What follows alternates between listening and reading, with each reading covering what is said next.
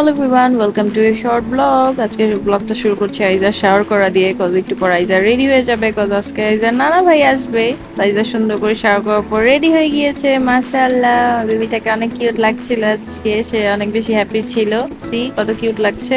So আমরা এখন wait করছি আইজার নানা ভাই আসার জন্য। আইজার যে 1 উইক হয়ে গিয়েছে, দেখি নানা ভাইকে চিনে নাকি। দ্যাটস ওয়েট করছিলাম, আর রিয়েকশনটা একটু শুট করার ট্রাই করেছি। দেখেন তার রিয়েকশন নানা ভাইকে দেখে সে কত বেশি হ্যাপি হয়ে গিয়েছে।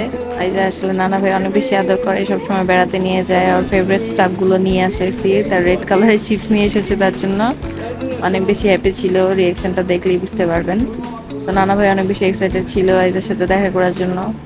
সে আইজার সাথে খেলাধুলা শুরু করে দিয়েছে। সি আইজা কত বেশি হ্যাপি, মাশাল্লাহ। তো তারপর আইজা বসে বসে নানা ভাইয়ের সাথে একটু খেলাধুলা করছিল। এমবিটা আমি ব্রেকফাস্ট রেডি করে আমরা খেয়ে নিলাম। সেগুলো আসলে আজকে শ্যুট করা হয়নি, এত বেশি রাশের ভিতরে ছিলাম। তারপর খেলাধুলা করে আইজা নানা ভাইয়ের সাথে ঘুমো দিয়ে দিল। সো ইন বিটুইন আমি খাবার দাবার রেডি করছিলাম। আইজা আবার উঠে খেলাধুলা করছিল একটু এখানে। সে আজকে অনেক বেশি হ্যাপি ছিল, যেহেতু সকালবেলা খুব একটা ঘুমায় না ও। উঠার পর জাস্ট ছোট 10 মিনিটস ন্যাপ নেয়, এরপর সে আবার উঠে গিয়েছিল। আর আজকে অনেক বেশি হ্যাপি ছিল। তারপর আমি এখানে আজকে করেছিলাম বেগুন ভর্তা আর বিফ কারি করেছিলাম, মানে বিফ কালা ভুনাটা করেছিলাম আজকে। সাথে ডাল করেছিলাম আর প্লেন রাইসই করেছিলাম আজকে। পোলাও টোলাও করিনি, আব্বু প্লেন রাইসই খেতে চেয়েছিল, দ্যাটস ওয়াই। ওগুলো সেরকম শ্যুট করা হয়নি। তারপর আইজ আবার তার পাপার সাথে খেলছিল। ইন বিটুইন আমরা লাঞ্চ করে নিলাম। আর তারপর বিকালও হয়ে গেল, বিকালবেলা আবার চা বসিয়েছিলাম। তারপর চাটা একটু স্ট্রেন করে নিচ্ছিলাম, আগে স্ট্রেন করে নিতে হয়। সো এই ছিল আমার আজকে ছোট একটা ব্লগ। তারপর আব্বু এখন চলে যাচ্ছে। সো আমরা চিন্তা করলাম আমরা আব্বুকে ড্রপ করার জন্য যাই। অনেকদিন ধরে যেতে বাসা থেকে বেরো হচ্ছে না, অলমোস্ট 1 উইক হয়ে গিয়েছে।